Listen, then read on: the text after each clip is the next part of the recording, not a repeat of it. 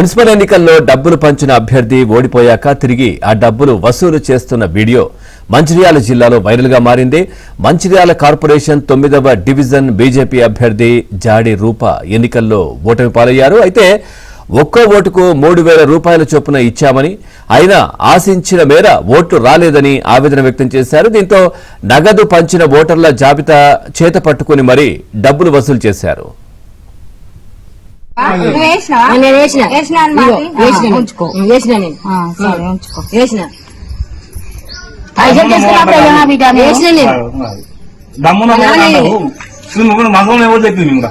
ఇది మాటేటి మీ నాన్న పేరు ఏంది? మాటేటి నర్సమ్మ.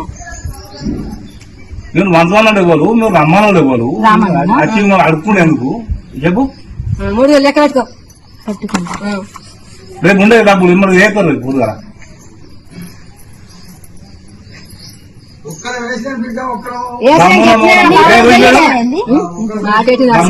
చెప్తాను దమ్మున మొగడే అన్నదమ్ముల మొగడే ఉంటుంది.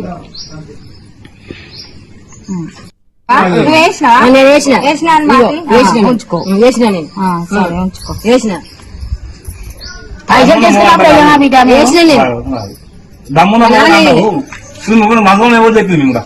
ఇది మాటేటి మీ నాన్న పేరు ఏంది? మాటేటి నర్సమ్మ.